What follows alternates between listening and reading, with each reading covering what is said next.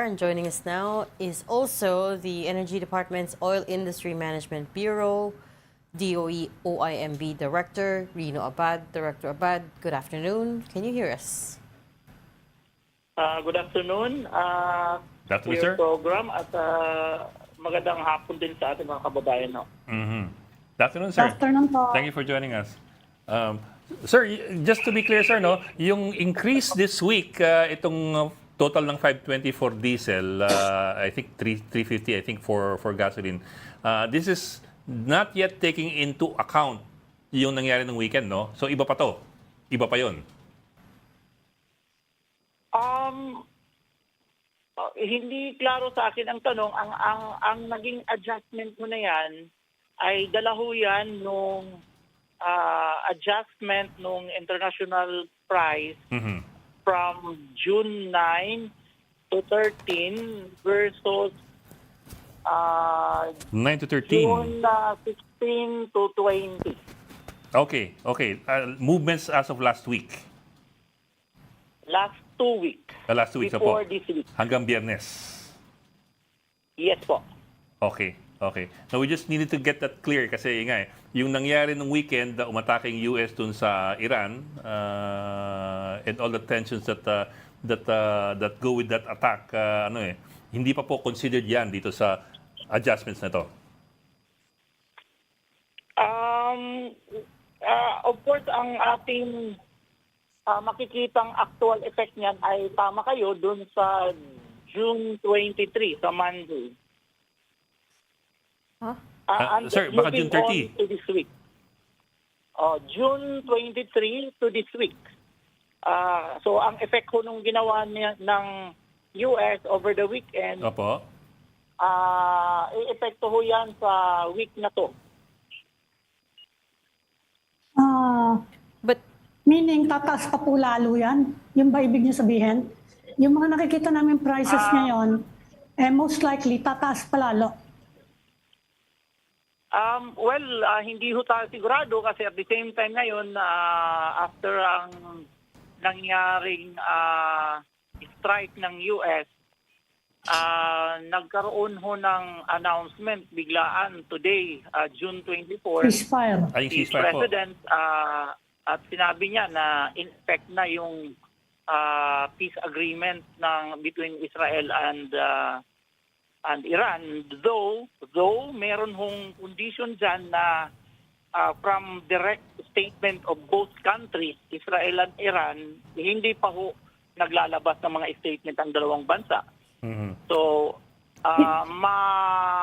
medyo volatile pa rin. Volatile. Hindi ho natin maklaro kung Opo. totoo bang meron ng ongoing peace negotiation. Actually, Director, kakabanggit lang ni Reg kanina just a few minutes ago, may announcement ang Israel. yes, so Israel Just a is few minutes ago, accusing Iran of violating the ceasefire. And orders the IDF. Orders the Israeli Defense Forces to continue striking Tehran. Pero at the same time, a few minutes later, nag-respond din yung Iran saying they denied that they were the ones who struck Israel. So now we don't know. Yeah. But anyways, we don't want you to. So- Director, I'm sorry, you don't have to weigh in on the latest developments the ins and outs of that war. Ang concern lang natin dito is yung oil prices, and the question there is bakit po napaka-susceptible ng oil prices natin dito to what's happening in the Middle East. Kasi di ba po, we do have a buffer stock and the oil companies buy the oil months in advance. So really, it shouldn't move that much, right? The prices, Or that fast. Oo. Ideally, if we still have control, ang government, kasi ang monitoring ho at decision ng individual oil companies in maintaining their inventory, hindi ho natin makontrol. Ang mangyayari ho, if we start allowing discretion sa mga oil companies, kung mamimili lang sila kung anong araw ang nakikita nilang gagamitin nila na tinatawag na movement ng international price, be it daily or weekly or monthly, masyado hong magiging magulo, no? Hindi na hong i-reflect yung market-based price. Dahil mamimili, discretionary na sa oil company, so pwede na po siyang magsabi na mag-i-increase ako next week kasi ang feeling ko, apektado ako nung nakaraang 2 weeks. Meron ding magsasabi na hindi na ako mag-i-implement ng decrease naman next week. Vice versa, no? Kasi hindi ako affected nung decrease. Nabili ko ho yan nung mahal yan. So, we have no ability and competence to verify under the circumstance na araw-araw ho ang pagbabago ng price. Unless, again, makialam ho ang gobyerno at pasukin na naman yung mga confidential information na yan, which relates to contract, ordering ng inventories, at hindi ko ho masabi kung magagawa ko yan. Ano? Director, basically po, atin na lang ho, Director, basically you're Yes. saying po, deregulated Yes po. kasi ang industry, therefore walang hawak yung gobyerno. But if you don't mind, sir, let me ask you a very layman's question. Very layman. In other words, tanong ng tao sa kalsada yung nagpapagas. Kasi nabanggit ka ni Reg, ito nabili ng mura several months ago, pero may bakbakan na last week and 2 weeks ago, tataas ang presyo. Bagamat nabili yan ng mas mura, mas malaking mura. Layman's point of view, layman na tanong siguro, would that be a fair narration of how things are done? Yung pagpepresyo ng langis. Granting na totoo ang nangyari na yan, at alam ho natin yung petsa kung kailan binili, at anong presyo paano nila binili yung presyo na yan, then I would say na tama ho yan. But of course, very fluid ang inventory, no? Pwedeng nabili yan 2 months ago pero nakatenga sa storage tank, hindi ho na dispense.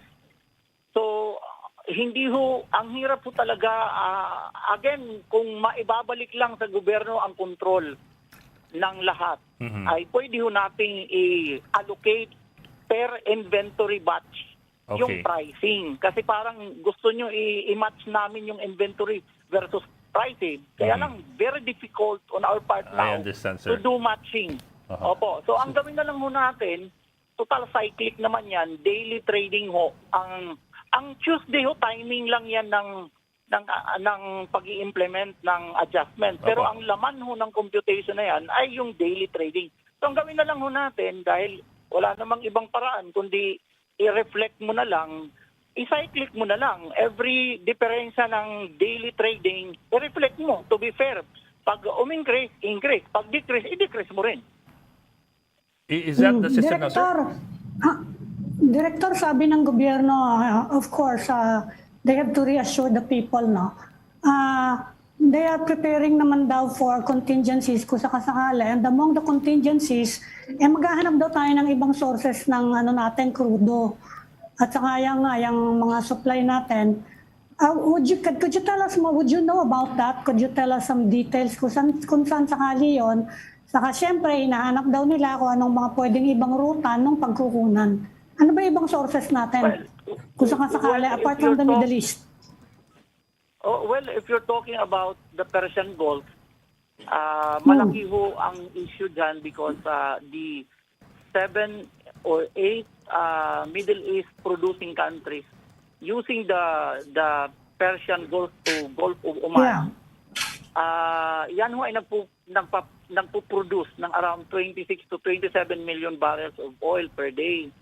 But those countries are using around 9.38 if I'm not mistaken, million barrels per day. So ang ini-export dyan is around 16 to 17 million barrels per day. If you look at the global consumption, it's around 104, no?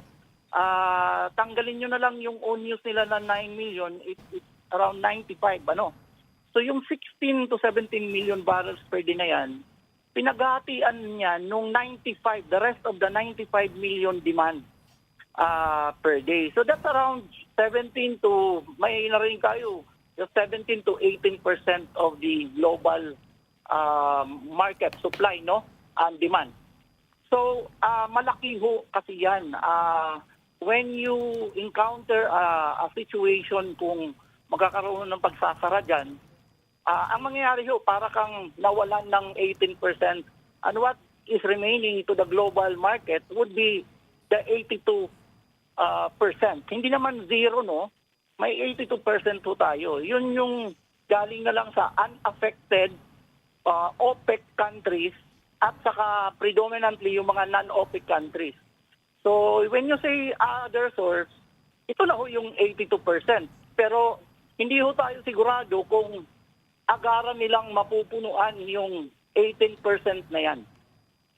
Saan ba yung iba nating the bansa part na po- pinagkukunan? Apart from the Middle East, saan tayo pa kumukuha? Kasi dati alam ko, if you look at nakakabili sa the- Russia, pero magulo rin hindi pwede.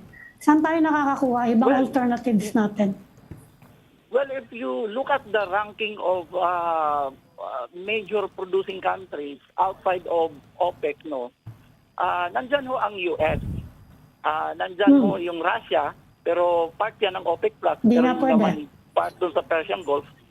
Nandyan ho yung Canada, Norway, Mexico, dyan din ho Venezuela. yung most of the countries in Latin America, pinangungunahan nyo ng Brazil and Venezuela.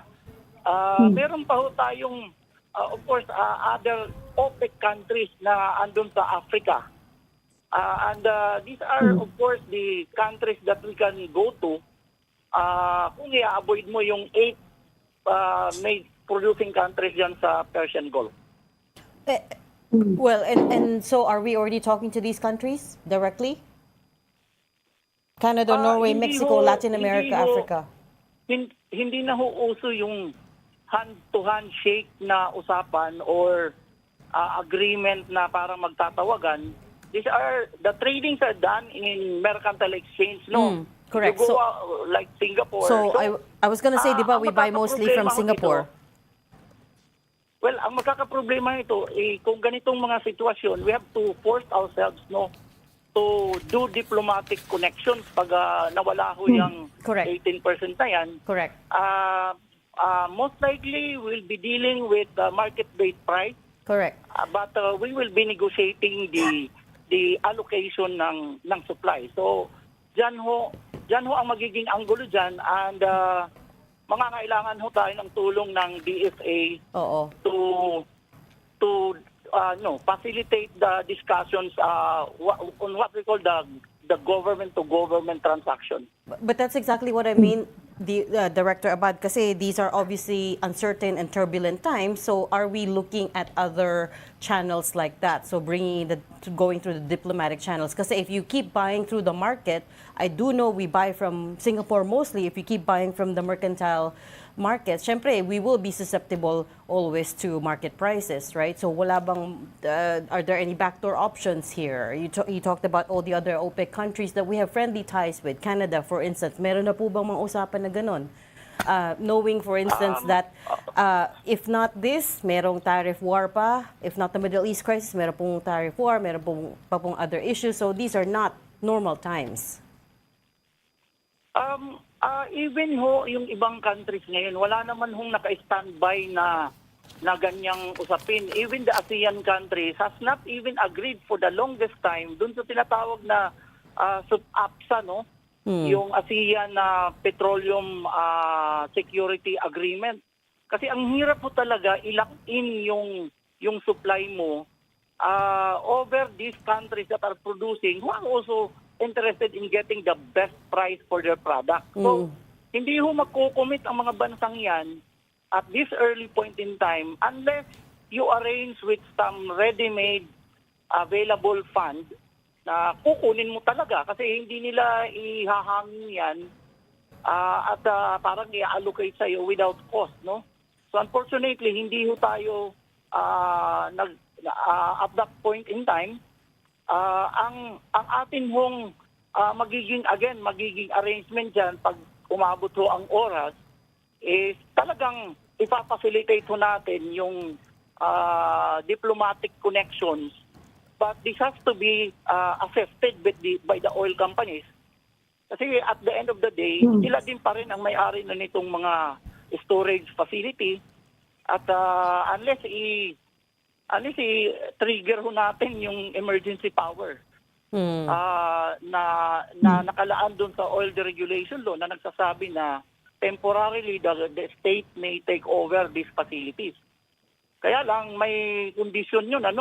Una, kailangan mag-declare ang presidente ng national emergency, national crisis. At saka kailangan correspondingly magpasa ang Congress ng emergency law to prescribe the standards and limitations. Oo. Okay. Wala pa ho kasi tayo sa ganon. So, napakalayo pa ho. At this point in time, we have to emphasize there is no actual supply disruption from Iran. Yeah. 1.57 million barrels per day ang ine-export niyan. It's using own use around 2 million barrels per day. So 1.57 na lang ang ine-export sa market. That's 1.5% of the global supply.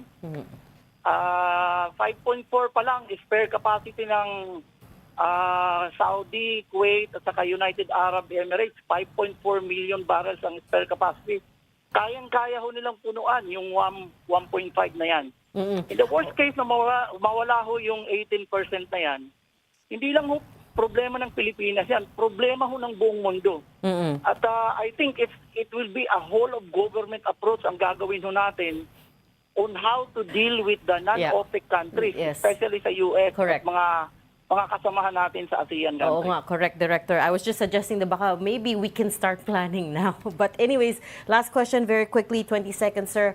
Yung mechanism to suspend the fuel excise taxes when oil prices hit a certain level, is it still in place? And ano po yung presyo ng oil with which that will trigger that? Well, the value-added tax under in the train law, no, it was not amended at all. So, ang scheme dyan, wala hong suspension provision yan until siguro magkaroon ng amending law. The excise tax, meron yan, but that was only effective from 2018 to 2020. Okay. Since paso na ho yung 2020 na yan, so ang course na lang ho ng government ngayon is to go back to Congress kung i-amend yan Okay. and iso-suspend. But pakinote lang ho, we're collecting around 300 to 400 billion pesos a year for both taxes. Hindi ho natin na kailangan ho pag-usapan yan with DOF, DBM, and the Congress kung ano hong ipapalit dyan kasi napakalaki hong amount ang mawawala sa revenue stream ng government. Okay, fair enough. So suspended, so naglapse na po pala yung mechanism to suspend fuel excise taxes. That's clear. Okay, we've run out of time unfortunately, so we'll leave that there. Thank you so much for joining StoryCon today. Rino Abad, Director of the Oil Industry Management Bureau of the Department of Energy. Thank you, sir. Thank you, sir. Thank you, Magandang hapon Director. ulit sa inyo.